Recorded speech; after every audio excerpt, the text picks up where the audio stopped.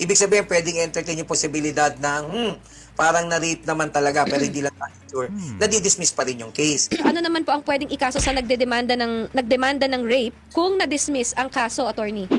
Depende Parang sa counter? dismissal kasi ang quantum of evidence required is proof beyond reasonable doubt. Ngayon kung merong duda pero hindi naman proof beyond reasonable doubt lang, ibig sabihin pwedeng entertain yung posibilidad ng parang na-rape naman talaga pero hindi lang tayo sure.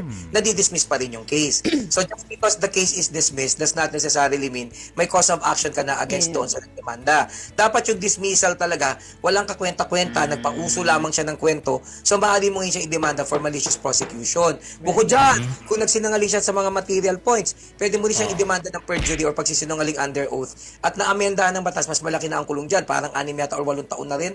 So kaya yung kulong niya ay RTC level na rin talaga ang kaso pagka naisampayan sa korte. Kinakailangan yung dismissal, talagang walang kwenta yung kaso, pinauso lamang at talagang hinaras for you to be able to have a cause of action against that person.